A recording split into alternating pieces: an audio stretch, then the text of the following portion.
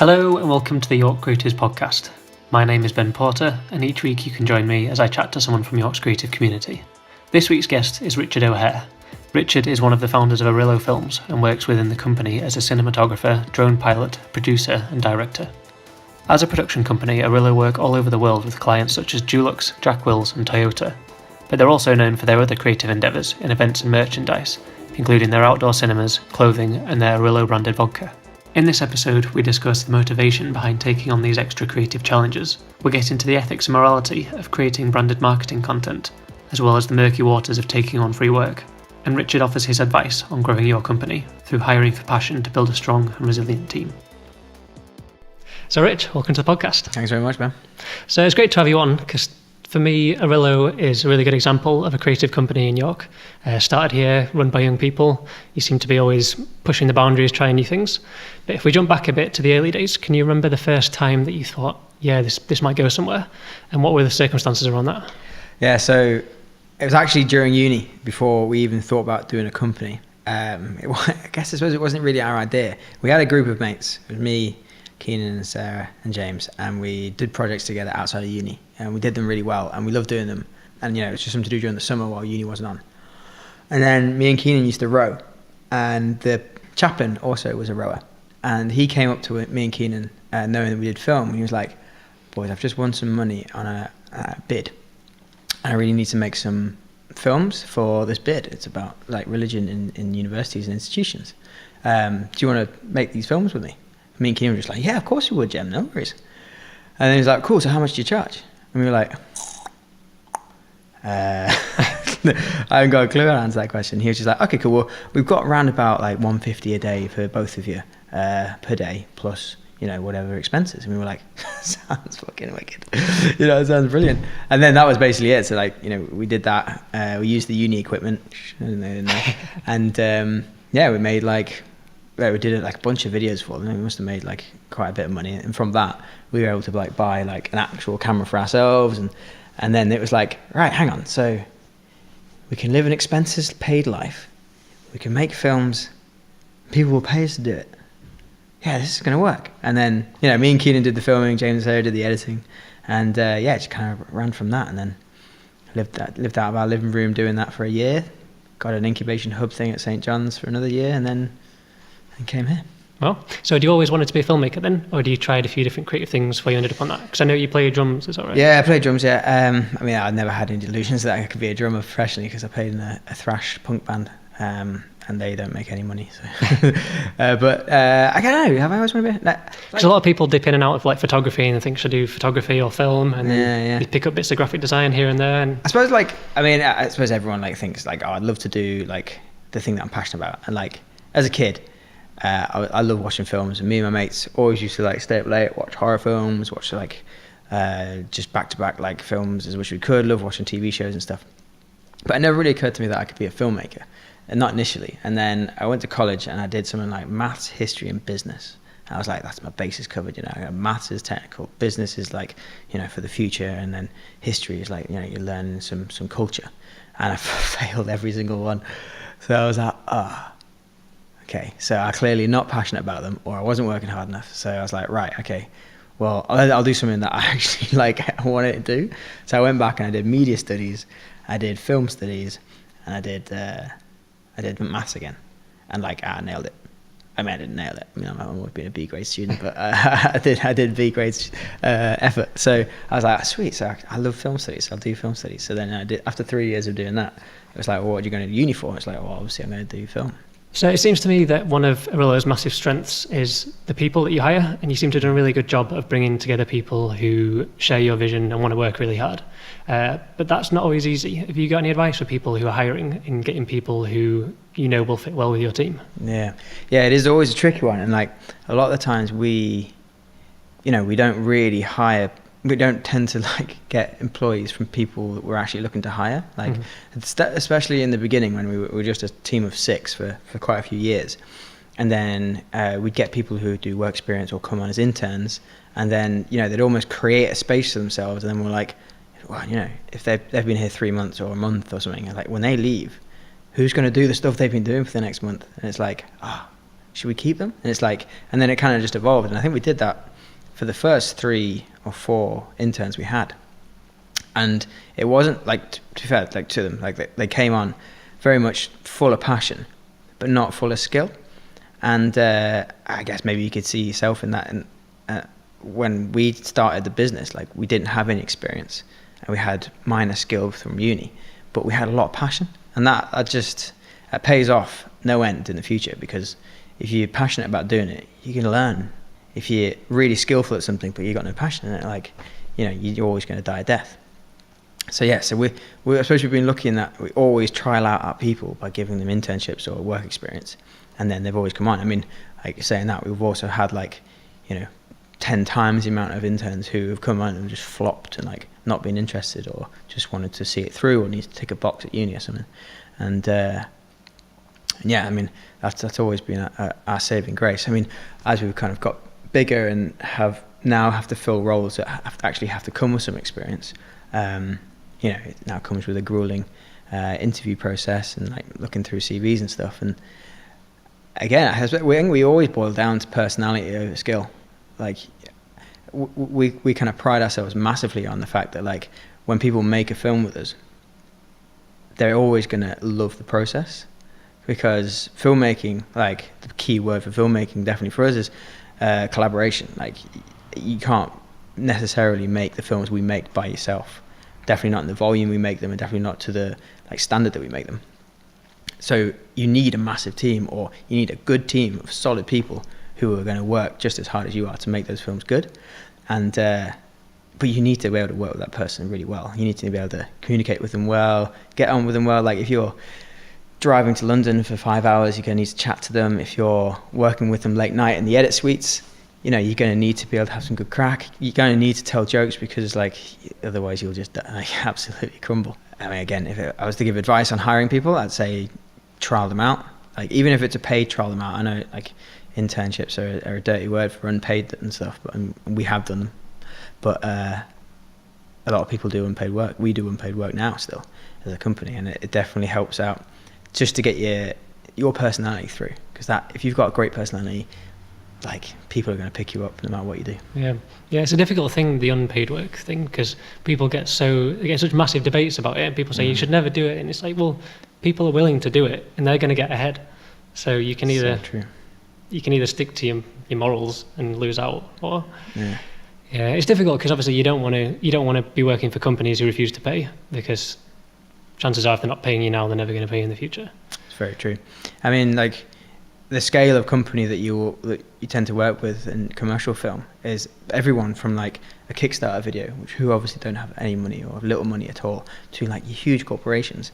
And like even throughout all of them, like we did a project with Dulux not too long ago, and we pitched an idea to them which was way bigger than what they had briefed us on, and they said, yeah, fine, let's do it. But because of that, it meant that like we pretty much made like flat profit, you know, like it didn't make any money on it. It just kind of squared out. But the video looks mint, and it's for a company who are like a super brand, who like, you know, biggest paint company in the world. And then at the same time, we also did a Kickstarter video for the other day for a deli company, and they had no money. We charged them very, very, very little for our time and services, but it's a great video, and like it was a great thing to work on. So I think there's always elements of doing things for free or doing things in exchange. You know, we do a lot of things for companies in York where we'll just say, well, we'll do this for you, you do this for us. It's the same as me as an individual turning up to Hewitt and Walker and saying, I'd love to just make a film with you. Like, I want to offer you my services. I've never made a film, but I'd love to make a film. Let's make a film. You know, like definitely doing things for free. It is dirty in this creative industry, because we're always trying to put a price on our creativity. But at the end of the day, if you really want to create something, you create it. If you really want to collaborate with someone, you'll collaborate. And if you can't get paid for it, do it. Then you've got something in the bank to say you can do it, and then you can sell that to the next person. Yeah, particularly if you make something that you're proud of. Excuse me. If you make something that you're proud of, that alone is a great advert for what you can do, and then it will lead to more work. So even if you don't get paid for that one project, you probably get paid for the next one. Definitely. I mean, like because of the way that film is, there's so many different categories of film. Whether you're an extreme sports filmmaker, an adventure filmmaker, if you're a commercial filmmaker, if you're an underwater filmmaker, you know, whatever niche you fit into, you've got to do something in that category first before you can then sell your skills in it. You don't wake up one day and think like, I am going to sell myself as an underwater cameraman unless I've done underwater cameraman shoots. And the only way I'm going to do that is probably by just doing it myself. You know, like paying for my own equipment and doing my own shoot, or giving my services for free. It's just the way around. And it's bloody hard underwater stuff. I know you've done it. Yeah, it is really hard. And like, yeah, the avenues you can go down, like it just makes everything like a risk times 1,000. Yeah. What kind of stuff do you like to make? Like if there was unlimited budget, what would you make? Unlimited budget. I mean, we've made one featured documentary before. We've made miniature documentaries as well, and I suppose by chance, or you know, maybe by association, they've always been about an extreme sport or an extreme event, or some sort of like, you know, charity fundraising thing where it's got some sort of like fundraising hardship about it. So the Marathon des Sables, 5 brothers running that through the Sahara Desert, that was our main feature documentary that we produced 2 years ago. We've done documentaries for cycle companies about doing long rides through Wales and the English countryside.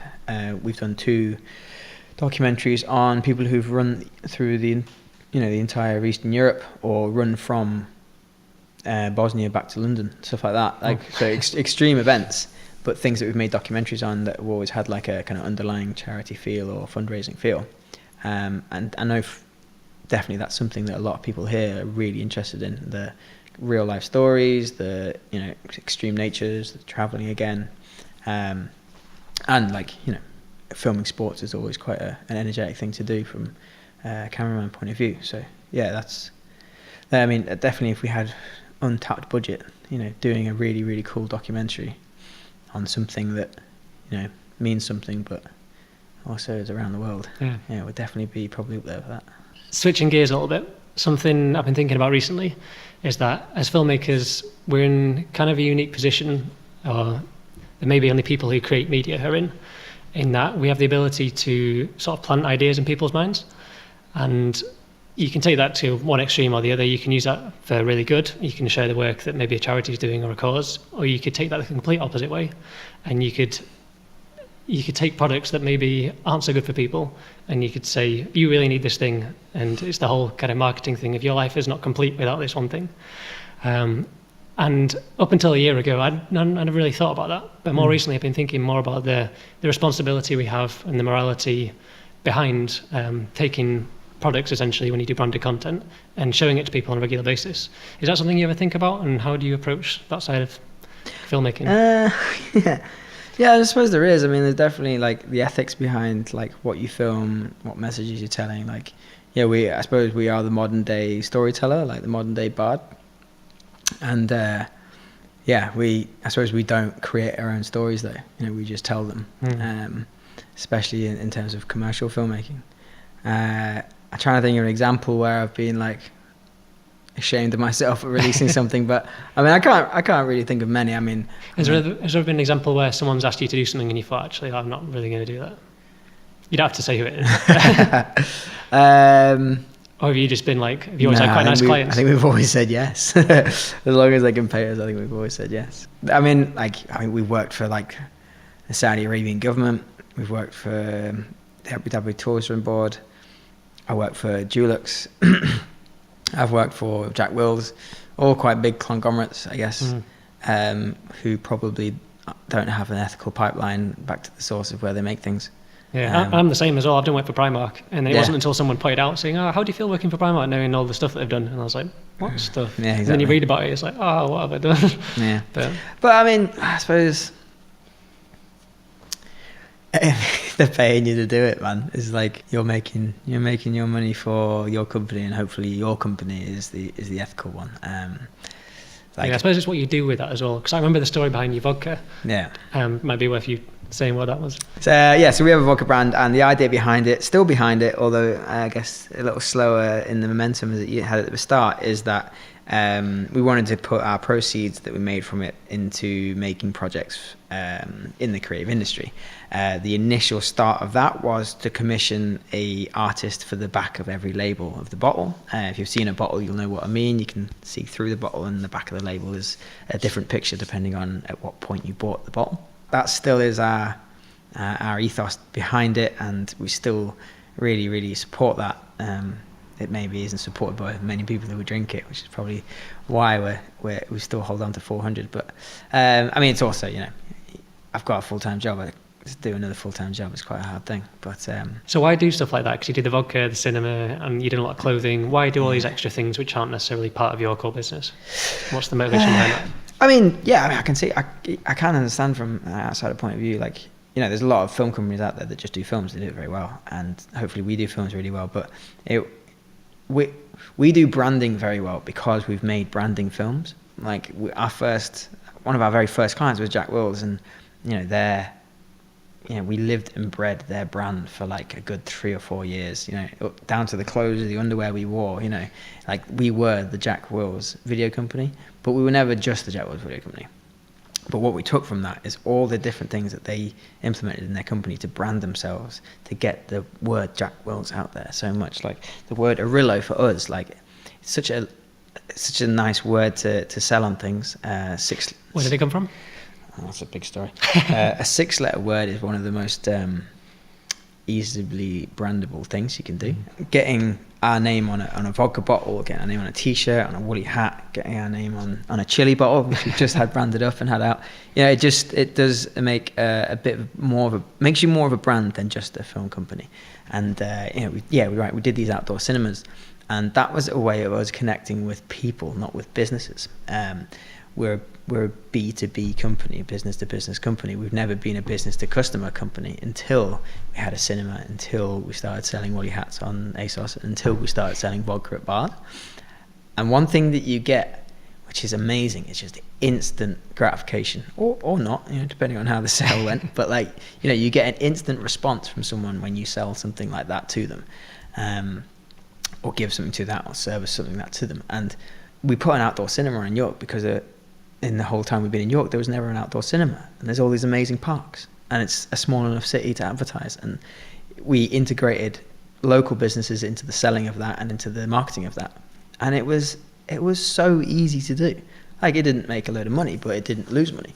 And at the time, that wasn't our point. I was on like our second year of business. Like, you look back at it now, and you're like, how the hell did we think that we could just spend I know, £4,000 or £5,000 on an outdoor cinema that wasn't going to make money, but yet we thought it was a great idea. And it was a great idea because the feeling that you got from having 500 people come and sit in a field and watch a film where Orillo branding was everywhere was so good. And it just makes your business, your brand, just more than just like the films they make. It makes you an entity in itself. It's like what you were saying earlier about personality when you're hiring for people. Yeah, like, your brand has a great personality to it. People know you. Yeah, exactly. And I'd like to think that people always know us personally rather than just like the company that makes like films in York. Like, I know you guys, you and Ollie, actually completely separately to I know Hewitt and Walker, but I also know Hewitt and Walker itself, and it's such a lovely little story that you've got there with your company. Like, I could reel off a load of other companies in York that have the same thing. Like, there's such great backstories to how you get them, and that's why you're interesting. That's why when I see you or anyone else in the creative industry at an event in York, I'll come towards you because you've got good stories to tell. You've got good rapport. You've got a good backstory. Like, it's what makes you interesting and what makes you magnetic, and I think that's hopefully what makes our company interesting to look at and to get involved with, is that we are interesting people, we are good storytellers, and we are personable, very much so. So the name. So like I said, like me, Keenan, James and Sarah, we started off our little collaboration together by making a music video in the Lakes. Keenan is from the Lakes, and it was over like a bank holiday weekend in August after first year or something like that. And we made the music video. It was awesome. I still think it's awesome now, even though it's pretty ropey. But it did kind of solidify us as like a good team. And by the end of it, as editing it, we were like, right, well, we need a name for this production. We can't just be like Sarah James Keenan Rich Productions or whatever. Can't just make up some random name that's going to sound shite in a few years. So we actually took the name of Keenan's parents, not Airbnb, just B&B. It was called Riverside Lodge. And for any Spanish-speaking people out there, they will know that Orillo is riverside or bankside or shoreside in Spanish. And the internet password at Keenan's parents' B&B is Orillo24, because they were 24 on that street. So we literally just took Orillo24, changed it to Orillo, because it's a bit more symmetrical, 24, and we called ourselves Orillo24 Productions for that very first film we ever made. And then very, very quickly we're like, 24, let's get rid of that. And we became Orillo Productions. And for the first few years of business, like we were OrilloProductions.com. And then we realized that productions was too synonymous with too many other things. But what we did was make films. So we changed it to Orillo Films. That's what we've always been. Now we kind of really want to be just Orillo, I think. Because we do vodka t-shirts, events and all sorts of things. But it's, Orillo in itself. There are loads of other companies that I suppose just names that don't say. It doesn't say Dulux Paint or something, does it? It just says Dulux and you know it. So I'm sure we'll get there one day. We have the URL, so it's fine. Cool. So who in York is doing cool things that you think more people should know about? I mean, I definitely think the Film Coalition things that happen are really important. And I love going to them. And I think that's an awesome way to find out what is going on in York. There's always somebody making a film, which you should always try and find out about more and stuff like that. But I mean, York has some pretty cool things that have just been built or building in York. You know, Spark has loads of cool events on that you just wouldn't figure out going on. The cinemas, like even now, even though I know they're there, like every man, I know it's new, but like they have events on that are like, you know, late night showings of horror films or double bills, or I know City Screen always do like World Cinema Tuesdays and stuff like that. I always forget, and then I always get astounded. I'm like, fuck, they're playing fucking The Shining tonight. Why aren't I there? You know, stuff like that. Yeah, Woody Harrelson came to City Screen, didn't he? I only found out about that like 2 days before. Woody Harrelson did a Q&A, yeah. Yeah, it's all sold out. But. Yeah. So stuff like that, it's amazing. I think there needs to be a massive, bigger advertisement push on the Maze. The Maze is an awesome venue, and I mean, I'm a huge Halloween fan. Into like the whole of October, autumn, Halloween, I love it. And the Halla Scream that they had was by far the scaredest I've ever been. Scaredest isn't a word. The most scared I've ever been in my life at walking through a maze, and it needs some kudos. I think it actually won something in the Tourism Awards or something like that. Yeah, he's a nice guy. Tom, is it the owner? Yeah. Did you see you went down the river in that pumpkin? Yeah, I did. Not That's quality. Didn't he grow that pumpkin himself? Yeah, I think so. Well, it's part of the maze, wasn't it? What a legend. What a legend. There are loads of cool bars and restaurants that are opening up in York. Like, I mean, I think York gets a lot of stick for when one shop closes and then a bar opens up, and I was like, oh, we don't need another bar. But they're cool, man. Bars are wicked. Like, great places to meet, great places to eat. Yeah, and people don't need to buy any more stuff. So like, shops are going to close because people buy things online, and then eventually you've got enough things. But you need social and cultural meeting places. Exactly. So you can't buy a pint off Amazon. Yeah, so, not yet. Yeah, not yet.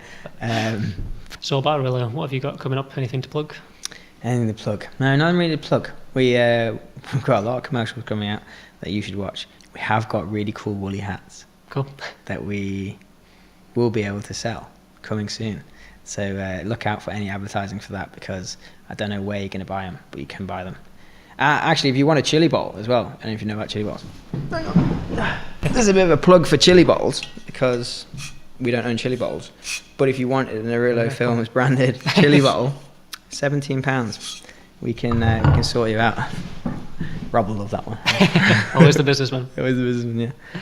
Cool. So if people want to find out more about Orillo, maybe they're interested in maybe doing an internship or something like that, where do they go? Definitely, yeah. I mean, like, we've got a website with like a page about internships and apprenticeships and stuff. And I think we've got an intern at the minute. We constantly have people coming in, but there is a little bit of an interview process. You've got to make sure that you really want to be in this and not just need to sit here and kind of tick our smiles off. But yeah, just get in touch via the website. There'll be someone to answer your call. Perfect. Nice. Thanks for being on the podcast. Thanks, man.